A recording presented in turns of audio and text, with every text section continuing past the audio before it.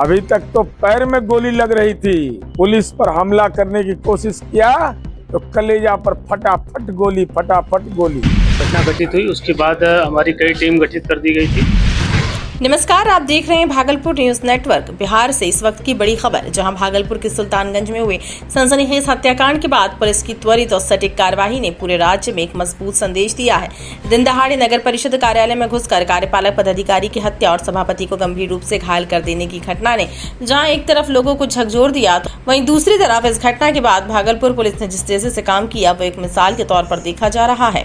महज 12 घंटे के भीतर मुख्य आरोपी की पहचान, गिरफ्तारी और फिर पूरे नेटवर्क तक पहुंच, ये दिखाता है कि सिस्टम पूरी तरह सक्रिय मोड पर है।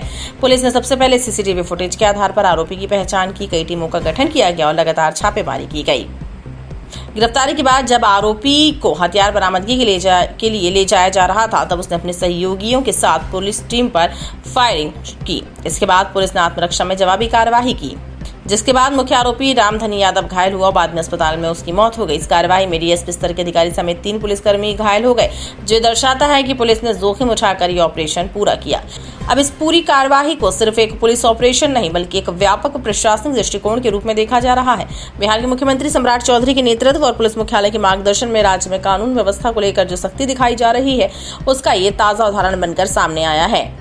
यही वजह है कि अब सम्राट मॉडल की चर्चा तेज हो गई है, जहां अपराध के तुरंत बाद कार्यवाही, जहां सिस्टम की प्रतिक्रिया में देरी नहीं और जहां कानून तोड़ने वालों को सीधे जवाब मिलता है। भागलपुर पुलिस की इस कार्यवाही को एक बड़ी उपलब्धि के रूप में देखा जा रहा है, क्योंकि इससे न सिर्फ अपराधियों को संदेश दिया गया बल्कि आम जनता के बीच भरोसा और भी मजबूत किया गया कि सिस्टम सतर्क है और कार्यवाही में सक्षम है। हालांकि ये भी उतना ही जरूरी है कि सख्ती लगातार बनी रहे और कानून का डर अपराधियों के मन में पहले से कायम हो।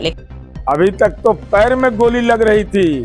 पुलिस पर हमला करने की कोशिश किया तो कलेजा पर फटाफट गोली। अपराध करोगे कड़ा अंजाम ही नहीं होगा, बल्कि मुकम्मल ऐसी कार्रवाई होगी कि बिहार नजीर के रूप में अब दिख रहा है। घटना घटित हुई उसके बाद हमारी कई टीम गठित कर दी गई थी और मैं स्वयं और सीनियर पदाधिकारी भी घटनास्थल पर तुरंत पहुंच गए थे। हमारी एफएसएल की टीम पहुंच गई थी और हम लोगों ने 3 से 4 टीमों का गठन किया वहां पर तत्काल, और हमारी सभी टीम वहां पर छापामारी आरंभ कर दी। और उसी छापामारी के दबाव में और जो इन लोगों को जब प्राप्त हुआ कि एक ऑफिसर की भी जो मृत्यु हो गई है, तो इन लोगों को फिर किसी दबाव बस जब छापामारी चारों तरफ से हमारे थाना चेकिंग भी स्टार्ट हो गई थी, तो उसी में फिर ये लोग जब घेराबंदी हुई तो भाग के जो है ऑटो में बैठ के थाना के पास पहुंच के सरेंडर करने के लिए हमारी टीम ने तुरंत उनको पकड़ा और उसके बाद आगे पूछताछ की गई। जो विधिवत आगे प्रक्रिया होती है वो संपन्न। लेकिन फिलहाल सुल्तानगंज कांड के बाद जिस तरह से पुलिस ने तेजी दिखाई है, उसने ये जरूर साबित कर दिया कि बिहार में अब कानून व्यवस्था को लेकर नई कार्यशैली उभर रही है। ये कार्यवाही तेज है, जवाब स्पष्ट है और संदेश सख्त है। कुल मिलाकर भागलपुर पुलिस की त्वरित कार्यवाही, सरकार का सख्त रुख और प्रशासनिक समन्वय, इन तीनों ने मिलकर ये दिखाया कि अब सिस्टम सिर्फ प्रतिक्रिया नहीं दे रहा बल्कि सक्रिय रूप से अपराध पर नियंत्रण की दिशा में काम कर रहा है। फिलहाल के लिए इतना ही। हर अपडेट के लिए बने रहिए भागलपुर न्यूज नेटवर्क के साथ।